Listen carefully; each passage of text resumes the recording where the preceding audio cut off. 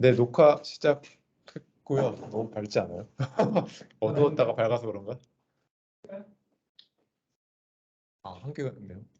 네, 꺼도 될 것 같습니다. 녹화가 되고 있고요.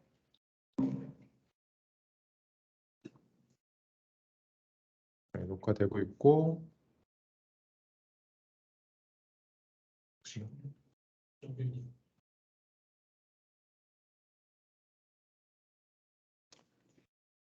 아, 제가 냉동실에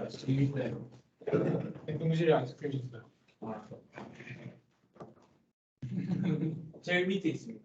제가 잠시만 기다려 주세요.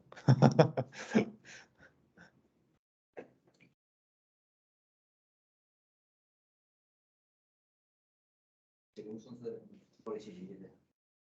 네, 알파고 나무. 약간 좋아. 그렇죠. 이거 하고 있어요.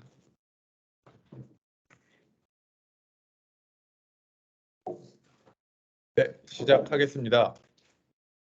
받는 게 낫겠다. 자, 예, 저는 이렇게 어려운 거 없는 논문이고요. 수식 하나도 없고. 네, 그렇죠. 다들 아실 이스카라는 학회에 이제 인더스트리 세션에 메타, 그러니까 페이스북에서 2개를 냈더라고요. 그러니까 이거 말고도 다른 하나가 있어요. 요 앞에 더 앞에. 그러니까 아마 그게 더 먼저 봐야 되는 것 같긴 한데, 어쨌든 제가 이거 봤으니 네. 그렇고 이스카는 뭐 다 아시겠지만 혹시 잘 모르시는 분이 계실 수도 있을 것 같아서 이제 컴퓨터 아키텍처 분야의 이대장인가요? 2개 중에 마이크로랑 이스카가 제일 좋은 학교로 알고 있는데 맞죠? 네. 그리고 이제 지난달에 했던 것 같아요. 6월 중순에. 이제 사실 그냥 이 논문 내용은 한마디로 요약을 해드릴 수가 있어요. 그러니까 제목에서 보시면 자기들이 그 추천 모델 딥러닝으로 하는데 이제 자기들이 라지 스케일로 하다 보니 그러니까 GPU 같은 가속기도 중요하지만 그 데이터를 저장하고 그거를 이제 가속기까지 끌어오는 과정까지가 굉장히 리소스가 많이 들고 그런 활동이더라라는 얘기예요. 그래서 이제 결국엔 그 분야에도 관심을 가져달라라는 얘기를 이제 학회에 와서 하는 거죠. 그러니까 그거에도 리서치 디렉션이 있다. 가속기에도 있지만 그냥 그렇게 이제 노골적인 그런 선언이죠. 예.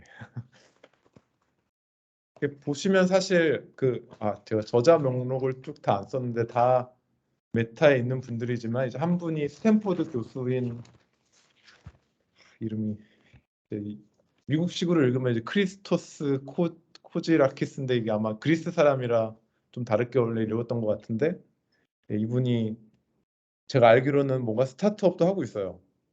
근데 이제 데이터 센터에서의 뭔가를 효율화하는 그 칩을 만든다고 했던 것 같아요. 뭐 메타랑 같이 프로젝트를 하는 걸 수도 있고 뭐 아닐 수도 있고 그런데 그런 부분 있다는 거 말씀을 드리고요. 그래서 쭉쭉 그냥 약간 좀 전에 사실 지훈님께서 그 메소드는 왜 안 써놨냐 하셨는데 그게 좀 다른 것 같아요. 저는 이제 그쪽 뭐 비전이라든가 이쪽 그 알고리즘 쪽 부분은 거의 본 적이 없어서 잘 어떤 형식인지 잘 모르는데 이 시스템이나 이쪽은 보면 이게 약간 논문 자체도 그 아키텍처 논문도 아니고 약간 분산 시스템 쪽 논문에 가까운 것 같아요. 제가 보기엔 내용 자체도 그렇고. 그래서 이쪽은 사실 어 약간 썰 푸는 게 많아요. 이쪽은 말로 막 설명을 많이 하거든요. 보셨을지 모르겠지만 그래프 좀 막 나오고 그냥 수식은 나올 게 거의 없으니까 그래서 좀 달라요. 그냥 얘기 듣듯이 들으시면 될 것 같아요. 그래서 이 논문 전체적으로 봤을 땐 목적은 이제 자기들이 데이터 센터 스케일, 그러니까 AI 트레이닝을 하는데 그러니까 이제 이거 계속 강조를 하는데 뭐 뒤에 가서 얘기할게요. 네, 그래서 그 워크로드를 캐릭터라이즈를 했고, 그다음에 하드웨어의 보틀렉을 자기들이 아이덴티파이를 하려고 하고, 그다음에 이제 그거를 통해서 앞으로의 연구 방향이라든가 아니면 뭔가 좀 더 효율화할 수 있는 기회를 찾는 거를 목표로 하고 있고요. 그래서 이제 백그라운드는 제가 그냥 이 순서는 막 제가 생각나는 대로 재배열을 했어요. 그림이랑은 보면 이제 여기는 이제 애브스트랙트에 나온 내용이었던 것 같은데, 그러니까 이제 DSA라는 게 이제 GPU라든가 FPGA라든가 뭐 NPU라든가 이런 거를 얘기하는 거죠. 도메인 스페시픽 액셀러레이터고, 이게 계속 계산을 빨리 하는 거는 맞는데 자기들이 봤을 때는 데이터 저장과 그 데이터를 그 GPU로 끌어오는 그 인제스천 파이프라인이 사실은 도미네이팅 팩터가 되고 있다. 그래서 그 근거는 이 전력, 이게 파워라고 썼는데 이게 전력일 것 같아요. 그죠? 파워. 전력에서 자기들이 레코멘데이션 모델 세 가지를 트레이닝 하는 걸 이제 비교를 해봤는데, 이제 이 빨간 점선은 50%에 거는 거고요. 전체에서 봤을 때 트레이닝이 차지하는 비중이 여기 그러니까 1번 모델이랑 3번 모델에서는 50% 미만이라는 거죠. 그리고 스토리지가랑 그 프리프로세싱 하는 단계에서 쓰는 전력이 더 많더라. 근데 이게 왜 그러니까 그냥 아까 말씀드렸다시피 데이터 센터 스케일이라고 했잖아요. 이게 사실 그냥 클러스터 레벨, 이렇게 예를 들어서 뭐 내가 GPU 서버가 뭐 8대가 있든가 뭐 10대가 있든가 30대가 있든가 이 정도 레벨이면 이게 크게 문제가 안 돼요. 근데 얘들이 하는 이게 데이터 센터 스케일이거든요. 그러니까 데이터 센터를 하나 짓는데 전력이 제한되어 있는 거예요. 10메가와트, 20메가와트 그 사이 그 이상은 못 만들기 때문에 그 안에서 자기들 최적 효율로 꾸겨 넣어야 되는데, 그러니까 이게 뭐 계속 GPU가 중요하다고 이제 GPU만 계속 때려 넣으면 GPU가 노는 현상이 발생하게 된다는 거죠. 왜냐하면 데이터를 못 끌어오니까 거기로. 네. 사실 그래서 저도 경험한 전 직장에서 경험한 사례였죠. 그러니까 목표는 GPU를 몇 개를 확보한다 이런 식으로 이제 보고가 들어가고, 그러다 보니 이제 예산 뭐 100억이 들어요라고 하면 10% 깎아 이러잖아요. 90억이 됐단 말이죠. 예를 들어서. 그 이제 CPU를 낮은 걸로 넣어요. GPU를 뺄 수는 없으니까. 근데 이제 돌려보니 CPU는 100%고 GPU는 놀고 있어. 이런 현상이 발생을 하는 거죠. 그러니까 잘못된 매트릭으로 이제 일을 진행을 하다 보면, 네. 그래서 그런 경험이 자꾸 생각나서 좀 괴롭기도 하고 네, 그랬는데 하여튼 그렇습니다. 네, 그래서 뭐 이 그림은 설명이 된 것 같고요. 그래서 일단은 여기서는 그러니까 추천 모델을 중심으로 했는데, 뭐 그 페이스북이 어떻게 돈을 버는지를 생각을 해보시면 사실 뭐 추천 모델이 가장 중요하다는 걸 아실 수 있겠죠. 그러니까 광고를 가지고 돈을 벌거든요, 기본적으로. 그래서 이 사람들이 이게 뭐 좀 딴 얘기지만 어떻게 돈을 버는지 보고 싶으시면 그 페이스북 애드 API라고 검색을 해보셔서 그 도큐멘테이션을 보시면 그게 나름 재밌어요. 어떻게 돈을 버는가 이들이. 네. 그러니까 예를 들어서, 그러니까 뭐 딴 얘기지만 제 지메일 주소를 거기에 API 인풋으로 주면 어떤 데 관심이 있는지를 알려줘요. 무섭죠. 구글도 예, 있어요. 예, 구글도 있죠. 맞아요. 예, 구글도 있어요. 저는 축구를 좋아하고 예, 뭐 그런 거 나와요. 맞아요. 예, 피치 나옵니다. 뭘 쓰는지도 알려주나요? 어떤 그건까지는 잘 그냥 예. 구글부터 검색. 그러니까 약간 그 중간 단계보다는 이 사람한테 어떤 광고를 하는 게 예, 그런 약간 그런 식으로. 그러니까 그 레코멘데이션 모델을 훈련하는 게 굉장히 중요한 거죠, 이 비즈니스에. 그래서 근데 이제 뭐 추천 모델이 굉장히 크대요. 12트릴리언이면 몇 개인가요? 하여튼 파라미터가 12트릴리언이었는데 최대 가장 큰 거를 얘기한 것 같고, 예, 그래서 약간 배경인데 그걸 위해서 자기들의 나름의 하드웨어 플랫폼을 개발을 했다고 하고요. 이게 그러니까 딴 거 보셨겠지만 그 페이스북이 그 오픈 컴퓨트 프로젝트라는 거를 이제 주도해서 서버 하드웨어를 뭔가 표준화하고 오픈 소스화 하자 뭐 이런 것도 하고 있거든요. 그 일환이었던 것 같고요. 그래서 거기에는 A100 GPU 8개가 들어가고 뭐 어쩌고 저쩌고 이런 거 중요하지 않고, 예. 네트워크도 되게, 네, 그렇습니다. 저는 놓친 거 네. DLRM. 예, 러닝 레코멘데이션 모델입니다. 죄송해요. 네. DLRM은 딥 러닝 레코멘데이션 모델. 그래서 그걸 어떻게 학습하냐? 뭐 데이터와 모델을 다 패러렐리즘을 이용하고 그래서 모델을 여러 대 분산, 그러니까 레플리케이션도 하고 그러니까 똑같은 모델을 여러 대 서버에 분산하기도 하고 뭐 샤딩을 하기도 하고 그러니까 샤딩이라는 건 하나의 모델을 여러 개 쪼개서 그러니까 분산 학습을 하신다는 얘기 같은데 뭐 그거는 네. 그래서 각 미니 배치를 그러니까 트레이너라는 건 내가 그림을 먼저 보여드려야 되는 건데 원래 그죠? 쟤는 누구지? 꼭 이런 순간에 네. 그 네. 그래서 약간 여기 나온 내용은 제가 사실 잘 모르는데 예, 그러니까 분산 학습을 하고 각 트레이너라는 게 여기 보시면 이 그림에 보이시나요? 잘? 예, 여기가 이쪽이 트레이닝 클러스터인데요. 그 GPU가 있는 클러스터.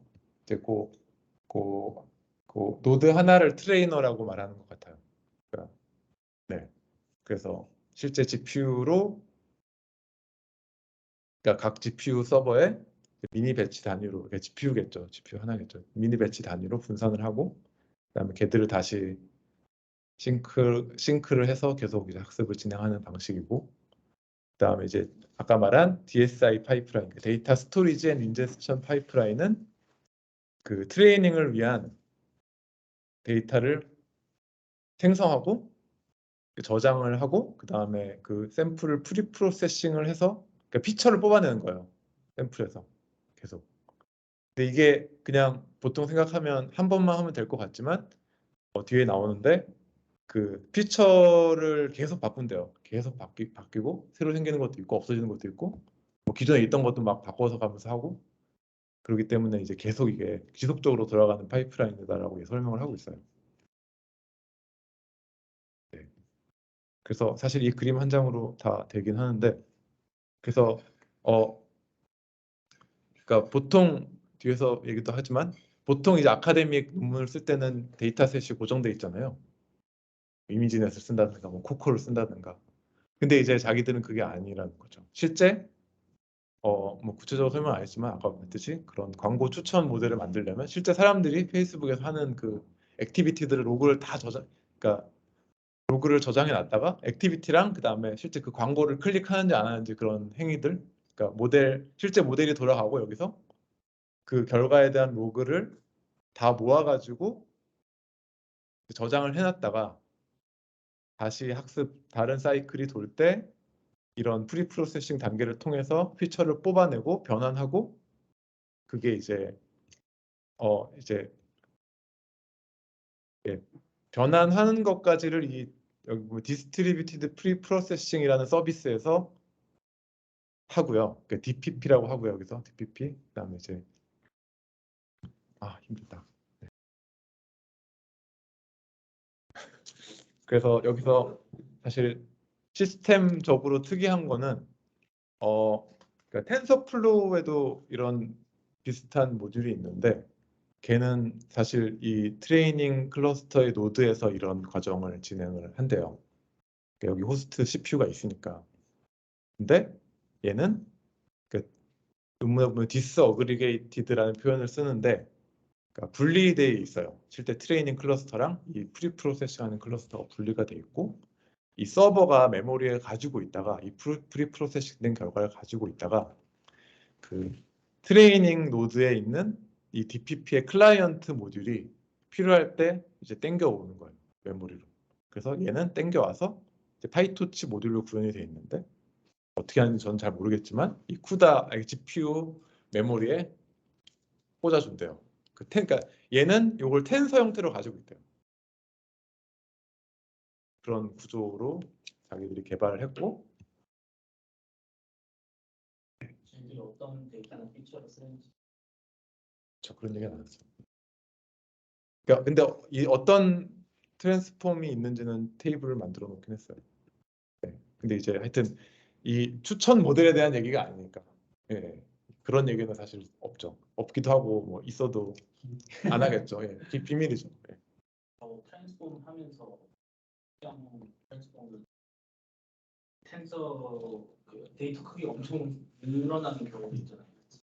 그래서 자이너 같은 경우 인베딩하면 데이터 크기 엄청 늘어나니까 그런 거에 대한 뭐 따로 설명. 네, 제가 자세히 이해를 못해서 그런지 몰라도 그런 자세한 내용은 없습니다. 네.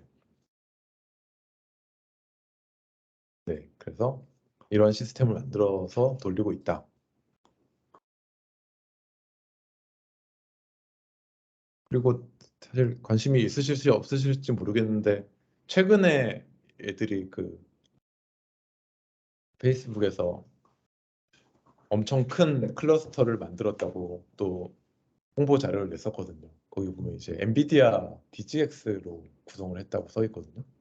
그래서 뭐지? 했는데 이게 그거는 리서치용 클러스터고 별도인가 봐요. 여기는 프로덕션 클러스터고 실제로 따로 구성을 한 것 같아요. 이 논문에 그냥 한두 줄 설명은 나와 있어요. 아무튼 전화가. 네, 그래서 뭐 전체적인 시스템 구조는 이렇고,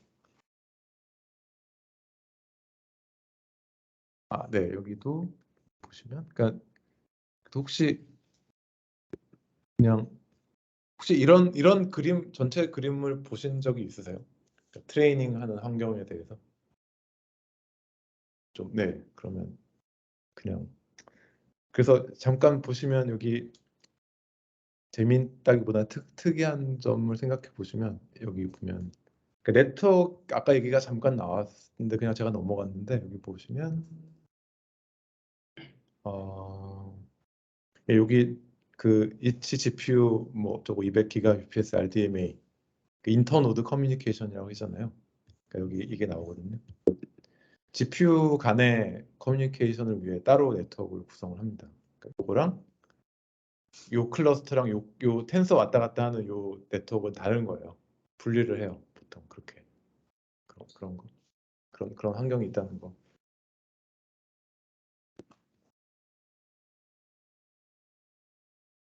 네, 그래서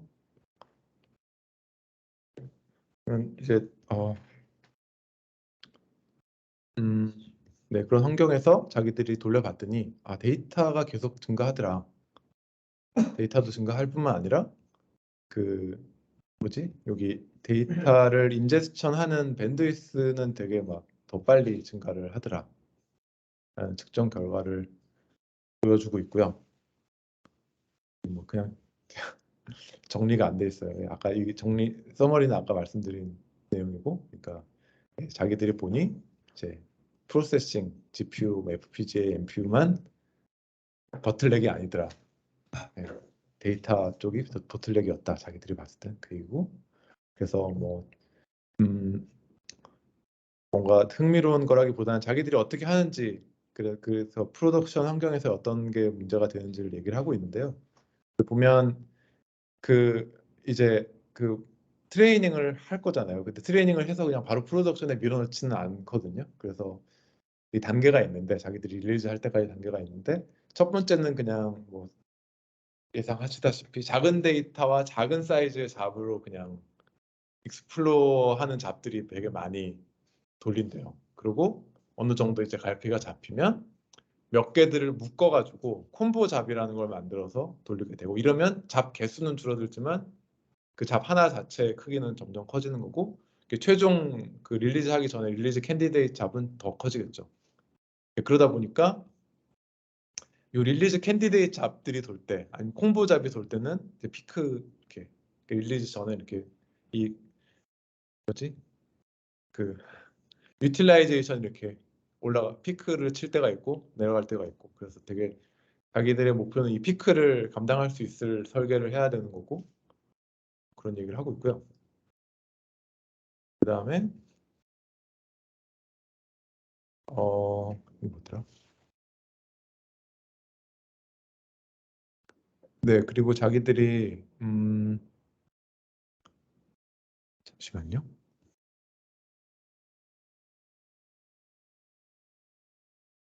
뭐였지?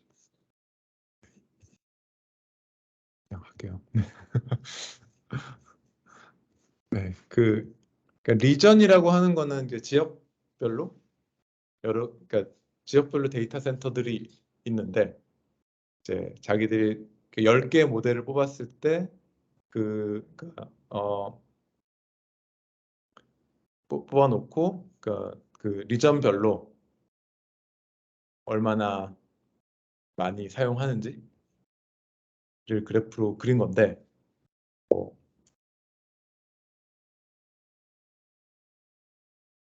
저도 이게 잘 모르겠어요. 이거 그냥 다양하게 분포돼 있다, 여기저기서 돈다. 그래서 결론은 뭐였냐면 그러니까 지금은 자기들이 이제 데이터셋을 다 복사를 해놓는데요, 모든 리전에. 그래서 그 컴퓨팅 리소스가 가장 그러니까 컴퓨팅 리소스가 항상 부족한 경우가 많으니 그거가 여유가 있는 대로 이제 트레이닝 잡을 보내서 학습을 시키는데 이거는 뭐 자기들이 한 게 없고 아까처럼 뭔가 스케줄링을 좀 더 잘하면 데이터를 다 복사를 안 해놔도 될 것 같다라는 얘기를 하고 있거든요. 그러니까 그러니까 데이터 양이 아까 증가 빨리 하고 있다고 했잖아요. 그러니까 그거를 다 하려니까 너무 이제 비용이 많이 든다. 그 얘기였고요. 보내드린 데이터는 지우고 계속 가지고 네, 그런 얘기는 없어요. 네, 그 얘기는 없어요. 데이터가 따로 자기네들 데이터 센터로 네. 네, 클라우드 안 씁니다. 네, 네. 왜냐면 아마 또 클라우드가 저기 하기 전에 시작을 했죠. 그리고 뭐 그걸 갖다 해더라도 비용이 아마 감당이 안 될 것 같습니다.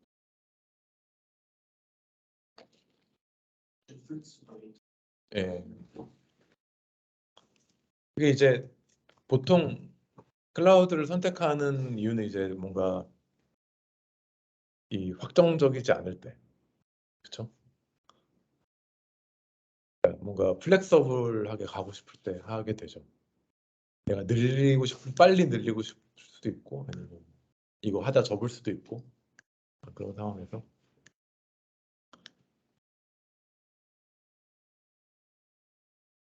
네, 그리고 뭐 트레이닝 잡들도 그 트레이닝 잡의 그 잡 듀레이션을 뭐 기록을 한 건데 이것도 굉장히 스큐가 돼 있다고 하는데요. 네, 짧게 끝나는 경우는 대부분 이제 페일이거나 킬된 경우라고 해요. 보시면 아시겠지만 하다가 보면 이제 잘 안 되는 것 같으면 이제 엔지니어들이 킬하는 것 같다. 근데 이제 이 클러스터를 운영하는 입장에서는 사실 모르잖아요. 이 잡이 킬될지 안 될지 모르고 사실 그러니까 스케줄링 얘기들을 하는 건데 결국에 킬이 빨리 될 줄 알았으면 사실 다른 애를 이렇게 여기다가 밀어넣었으면 그 다음에 할 수 있는데 그런 상황들이 있겠죠.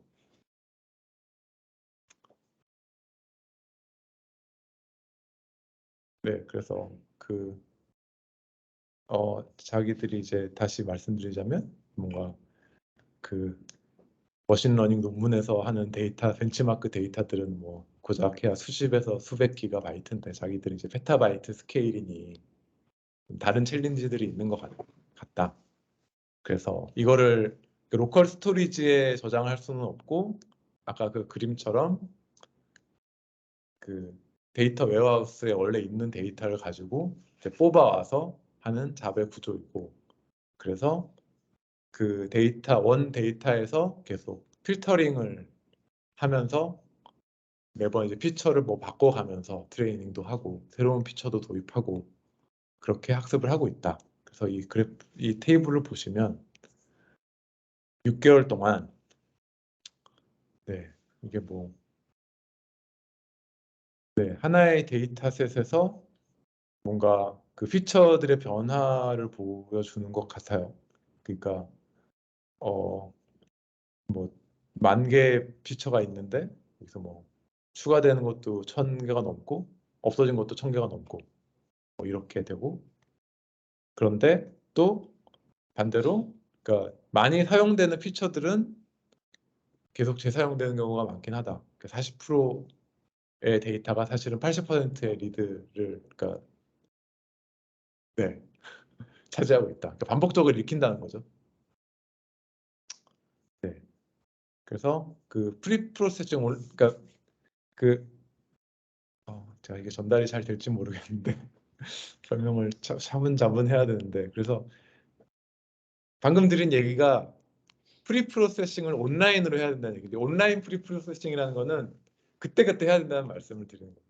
그러니까 프리 프로세싱을 한번 해놓고 저장해놓고 쓰면 되지 않냐라는 생각을 저도 했었고 하는데, 그게 안 되고 계속 바뀌기 때문에 2단계에서 계속 온라인으로 트레이닝 작업이랑 같이 돌아야 된다.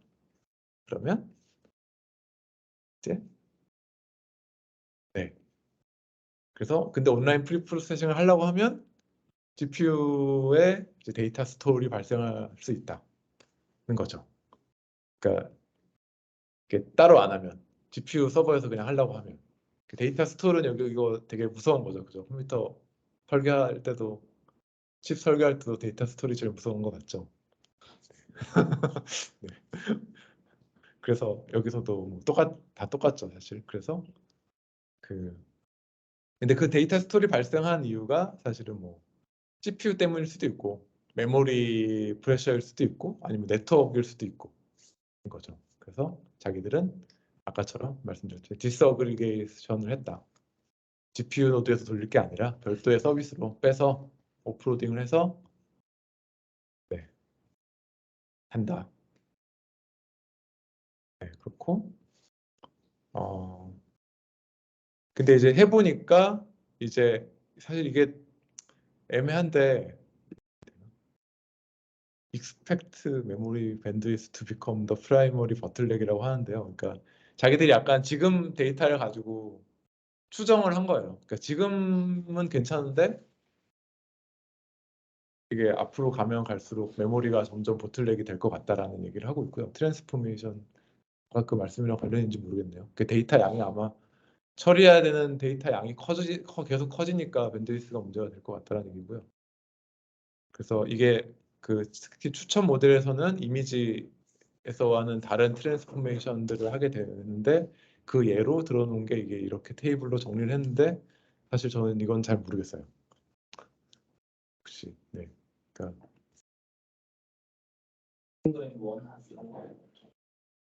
이게 그래서 이런 게 메모리 프레셔가 더 크다라는 얘기를 하고 싶었던 것 같고요. 뭐야? 이거를 넘어가면 되는구나. 네, 그래서 그러면 뭘 해야 될까 앞으로?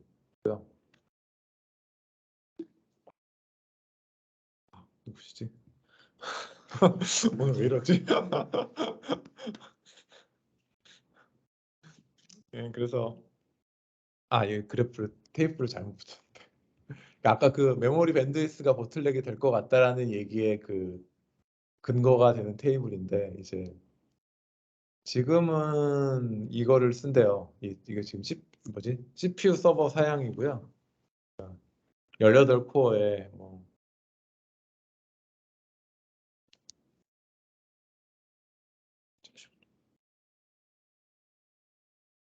잘못 보는 것 같아. 그치?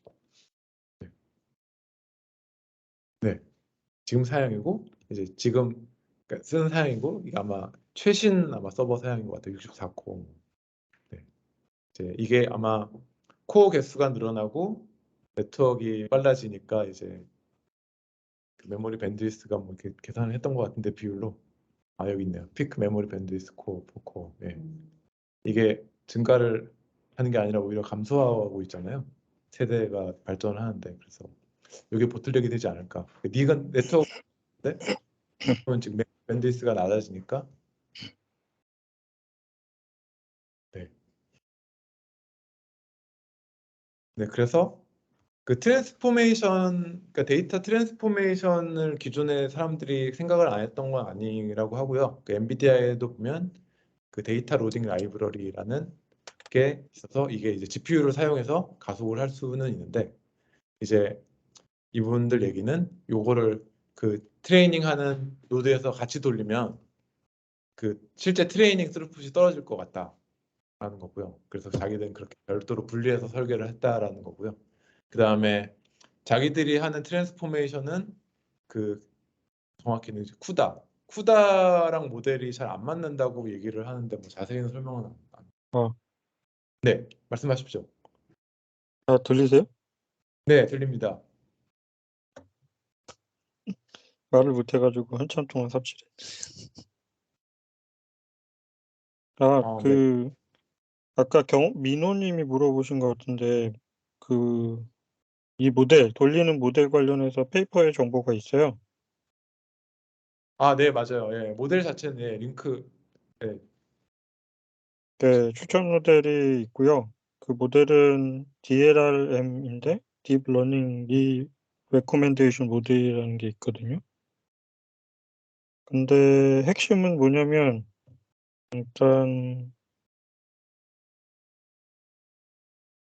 일단 추천 시스템에 대해서 조금 설명을 먼저 드려야 될 것 같은데, 추천 시스템은 크게 두 가지 방식이 있거든요. 거기 아마 주영민님 아실 수 있는데, 나랑 비슷한 사람들이 본 거를 추천해 주는 방식이 있고요. 그거를 유저 베이스드 레코멘데이션이라고 하거든요.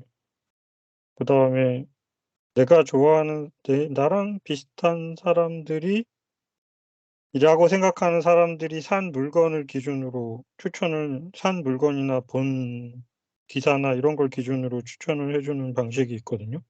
아이템 베이스드라고 하는데, 아마 여기서 쓰인 거는 이제 그 유저 베이스드는 여러 가지 이유로 인해서 지금은 안 쓰이고 아이템 베이스드로 하는 방법을 사용을 하는데요.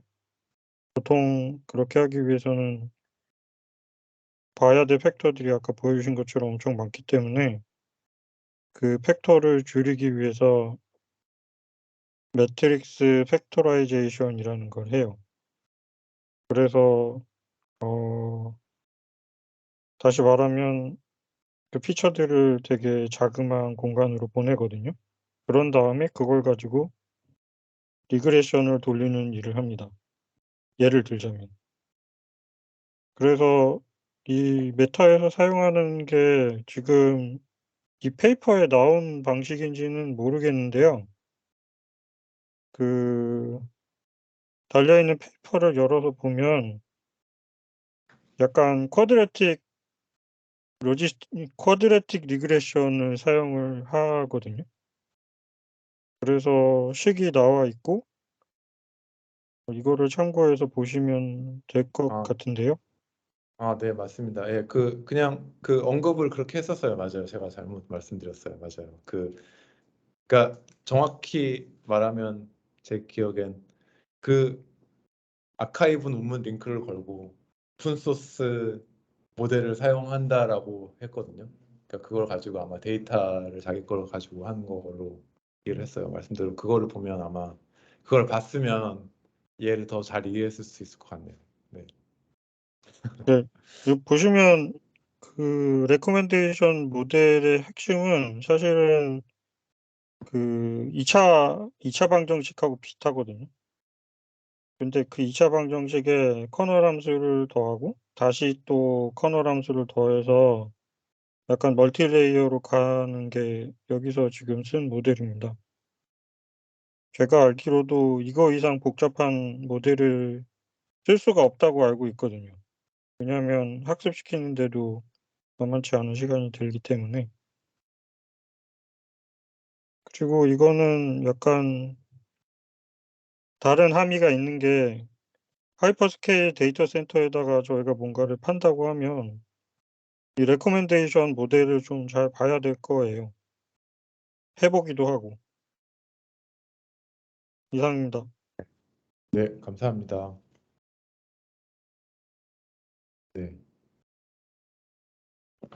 중요한 걸 말씀 잘못 드렸네요. 네. 방금 논문 봤는데 팩토라이제이션 머신이라고 네. SVM이라고 이름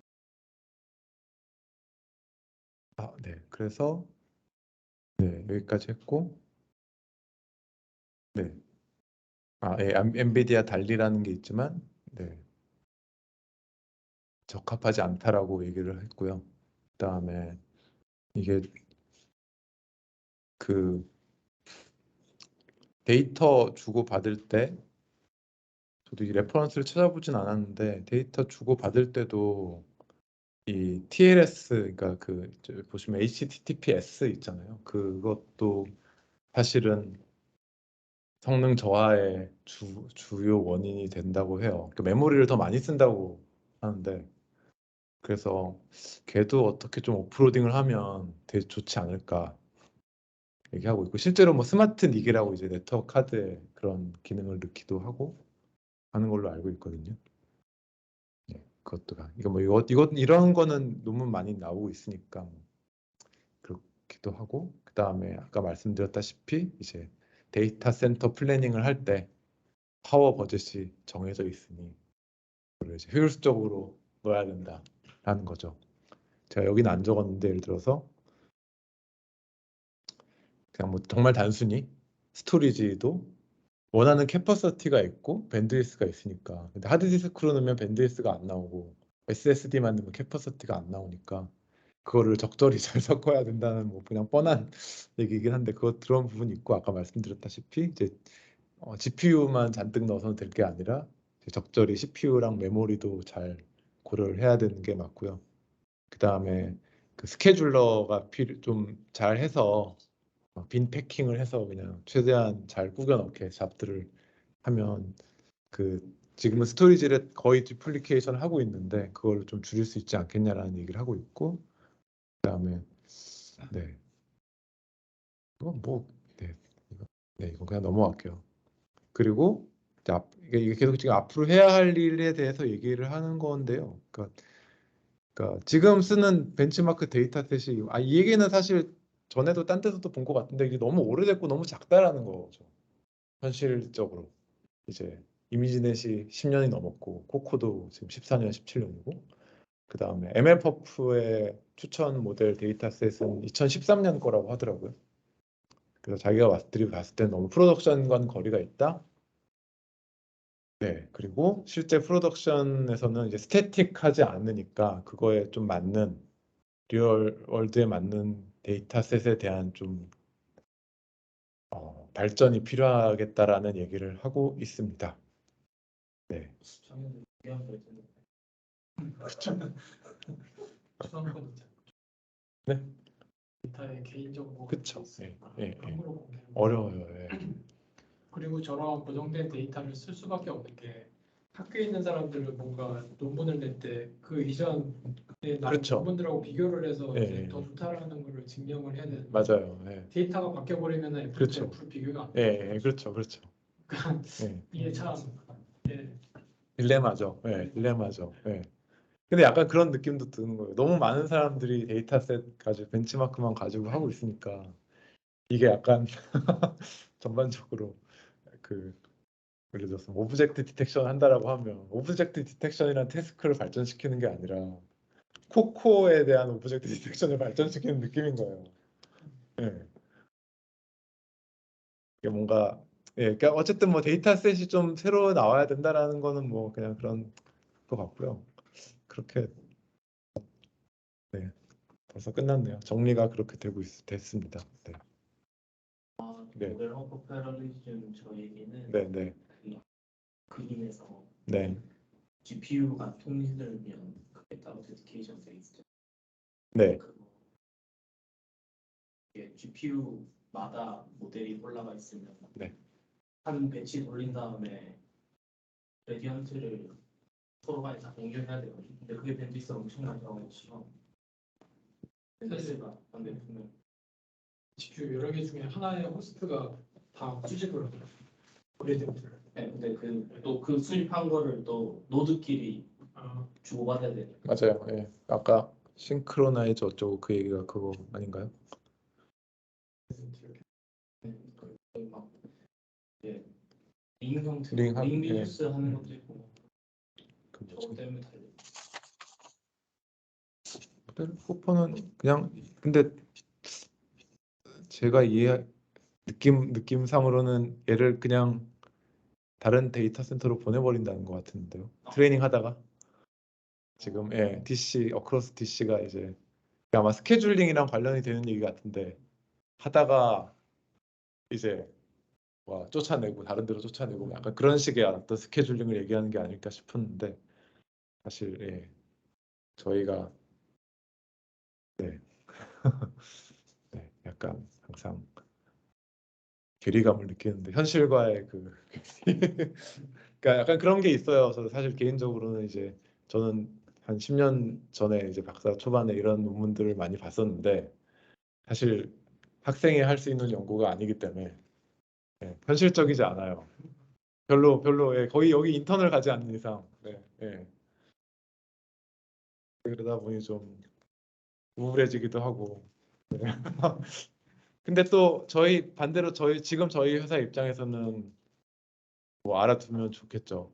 이런 데를 고객으로 하려고 한다면 어떤 상황인지를 이해를 하는 게 필요할 것 같습니다. 제가 조금 더 네, 덧붙여도 될까요? 말씀하시죠. 네, 그럼요. 네. 그 맨 처음 그림 좀 보여주실 수 있나요? 이건가요? 네, 저는 이걸 되게 좀 재밌게 봤는데 네, 얘네가 일단은 그 생성되는 데이터를 곧장 트레이닝을 돌리지는 않거든요. 그렇죠. 네, 예, 맨 왼쪽 상단에 보시면 그 모델 솔빙이랑 스트리밍 ETL 이렇게 두 개가 있잖아요. 네. 그게 이제 바로 오른쪽에 스크라이브라고 해서 로그 디바이스가 있는데 거기 저장이 돼요. 실시간으로. 그다음에 네.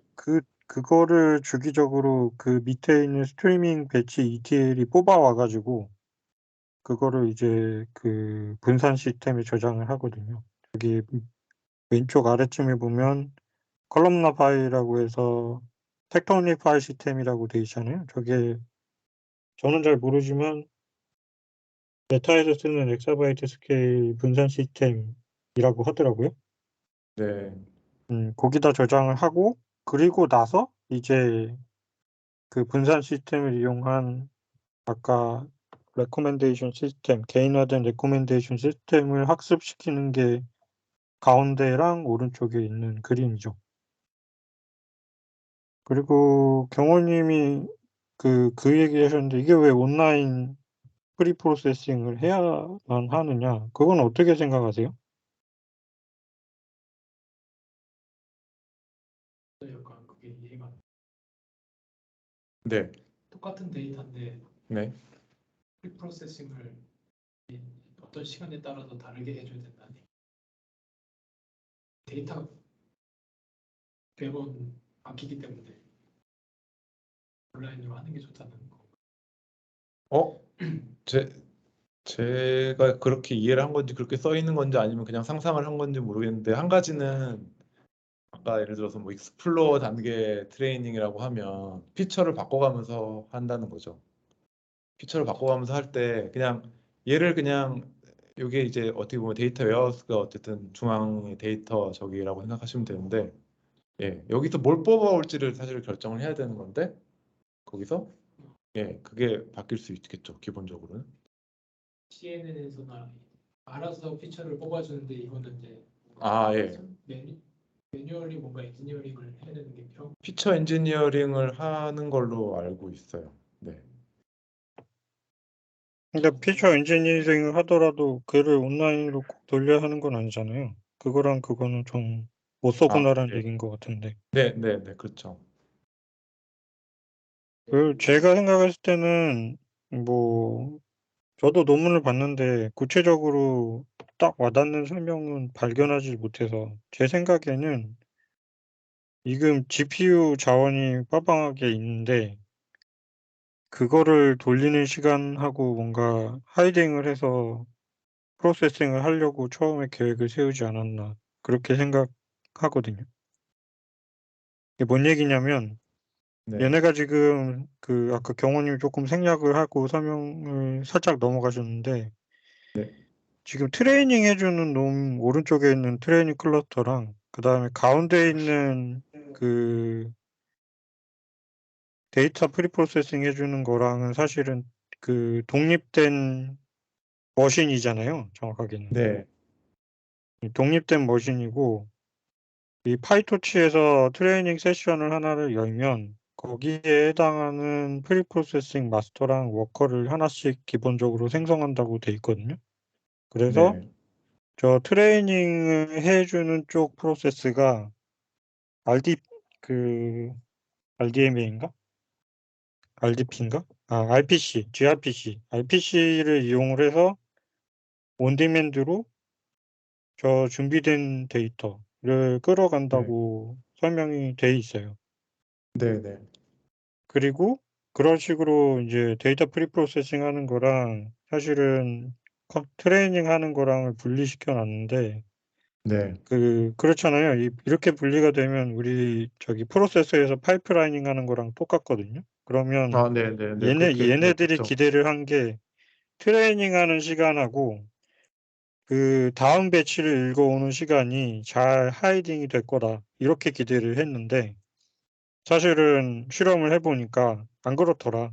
트레이닝은 더 빨리 끝나고 데이터를 읽어오는 게 훨씬 오래 걸리더라. 네, 항상 그런 건 아니지만 그런 얘기가 있었고 데이터 긁어올 때 쓴 머신 정보도 여기 있어요. 24코어짜리 인텔 거를 썼다고 돼 있거든요. 근데 그거가 네, 거의 여기 보면 두 개의 28코어짜리 X86이 들어가 있는 머신을 썼다고 돼 있고 그게 굉장히 괜찮은 머신인 것 같은데도 이제 굉장히 잘 동작을 하지는 않은 상황인 거죠. 그리고 한 가지 더 추가를 하자면 이 트레이닝을 할 때 쓰는 데이터에 대해서도 여기 자세히 설명이 나와 있어서 그것도 한번 말씀드리고 싶은데 이 그림의 왼쪽 아래에 보면 컬럼나 네. 파일이라고 있잖아요. 아, 네, 네. 그건 제가 생략했어요. 그쵸? 왠지. 예, 네, 관련이 그것도 없어 되게 보여서. 예, 재밌을 예, 것 예, 같아서 맞아요. 설명을 드리면 이게 이 그림 말고 아까 베타 나와 있는 그림 있잖아요. 테이블 그림.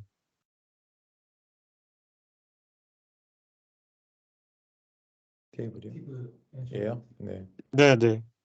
여기서 베타라는 거는 사실은 레코멘데이션 시스템에서 사용하는 파라미터거든요. 그러니까 그 시스템에 들어가서 그 시스템이 학습이 되면 결정되는 게 한 10,000개 정도 된다는 얘기죠. 그리고 매번 학습을 할 때마다 한 883개 정도를 더 추가를 해 가지고 효과가 있는지 없는지 보는데 어떤 경우는 이전에 들어가 있던 것 중에 한 1,900개 정도는 다시 나갈 수도 있는 거고. 뭐 그런 식의 설명인 거예요. 그래서 이 시스템이 약간 이런 정도의 규모라는 거를 생각을 해 주시면 좋을 것 같고 그다음에 들어가는 데이터도 사실 굉장히 멀티 디멘셔널한 거라서 얘네가 그냥 이거를 데이터베이스에 집어넣으면 사실 보통 그런 레코드를 데이터베이스에 집어넣으면은 로우 베이스로 저장하는 게 컨벤셔널한 방법이었거든요. 근데 여기 컬럼나라고 된 거는 경우님 더 잘 아시겠지만 어떤 레코드의 해당 항목끼리 묶어 가지고 저장을 한 거예요.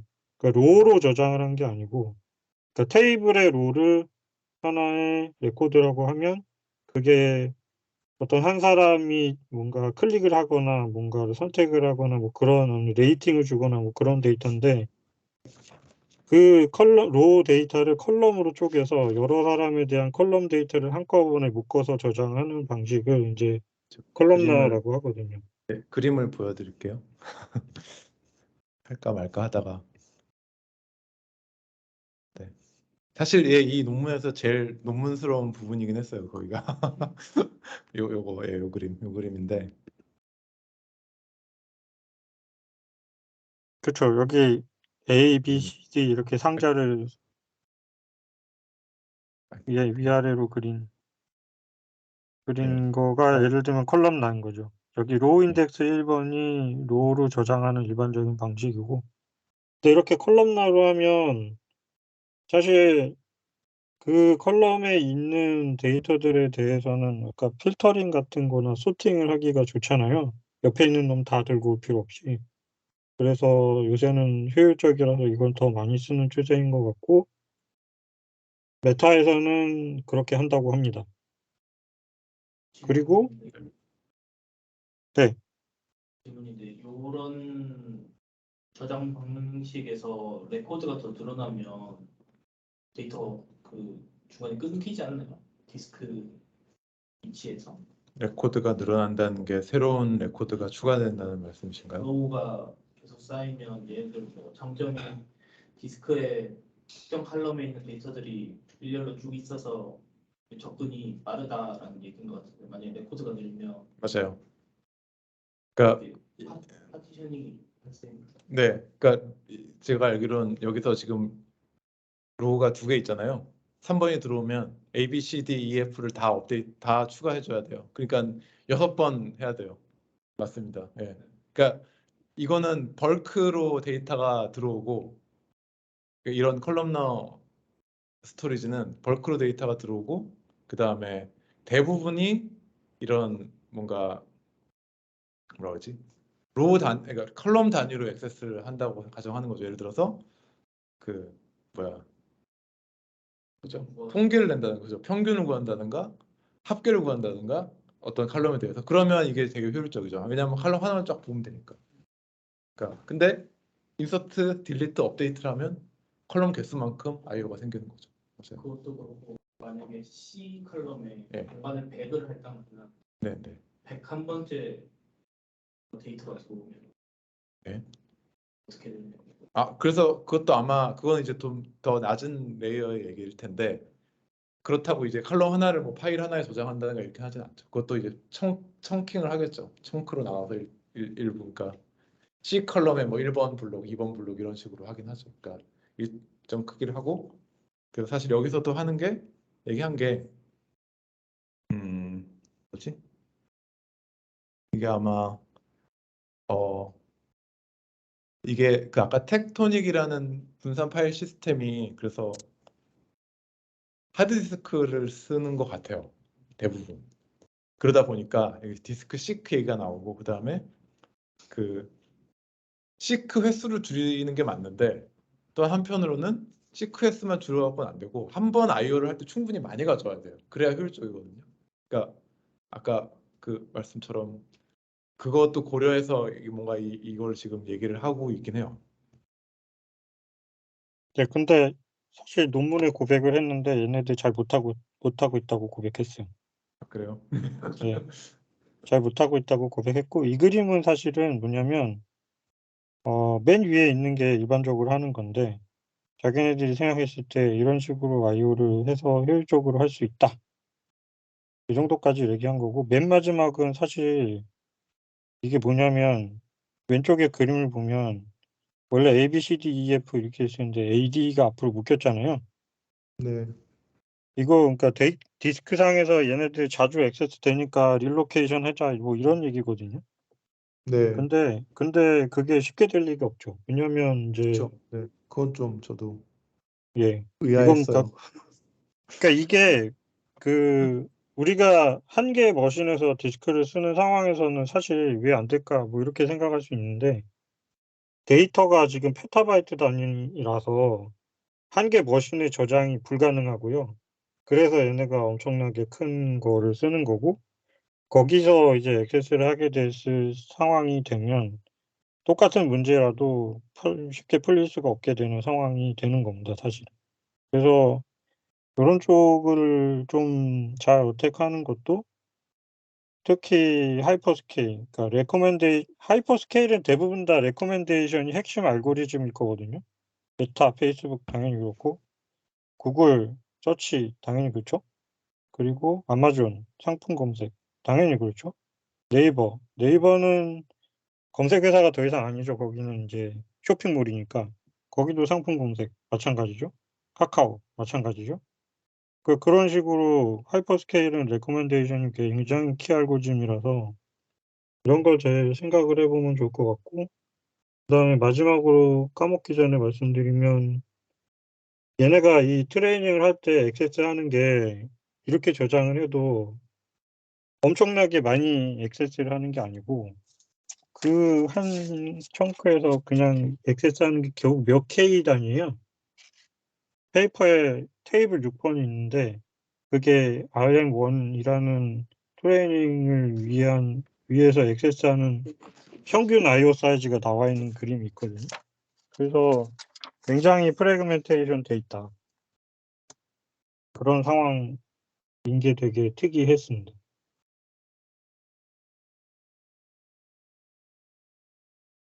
네, 재밌는 게 여기까지인데 끝입니다.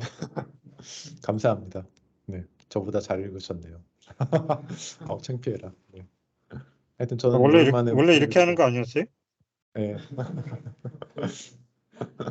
또 도움이. 네. 저는 재밌게 읽었는데 잘 발표를 못한 것 같네요. 네. 하여튼 네. 그래서 보시면 읽고 싶지 않다. 그러니까 그래서 여기 잔뜩 찾아놓고 안 봤는데 한 개 빼고 요거는 그 아까 말씀하셨던 그 그림 있잖아요. 컬럼 그 스토리지 포맷 그거를 좀 많이 설명한 것 같아요. 요 분이 이 논문 저자 중 한 명인데 그거를 영상으로 이제 한 20분 정도 되는데 거기에 그 부분이 많이 설명이 돼 있던 걸로 기억을 해요. 그거를 보시면 좀 더 이해가 될 것 같고 아까 말씀드린 파일 시스템도 논문이 21년도에 있었는데 네, 보지 않았습니다. 그리고 요 앞에 두 개는 그 하드웨어에 대한 얘기였던 것 같아요. 그러니까 자기네 그 만든 GPU 하드웨어에 대한 얘기라서 찾아봤고 요 세 번째 링크는 아까 말씀드렸던 같은 세션에 있는 앞선 논문 그러니까 아마 좀 더 하드웨어랑 그쪽에 관련된 내용이 더 있을 거로 예상이 되는데 그렇습니다.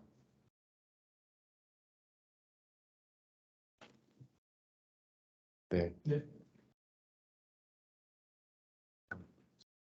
감사합니다.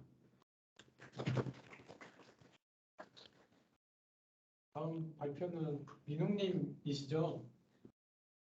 네, 접니다. 그 다음에 누구죠? 아마 영민님이네요. 영민님 잘 부탁드려요. 네, 열심히 읽겠습니다. 돈 정해주시면은 거기에 컨플런스에 올려주십시오. 테이블에다. 네, 알겠습니다. 영호님 잘 들었습니다. 네. 끝? 그만할까요? 네. 네, 고맙습니다.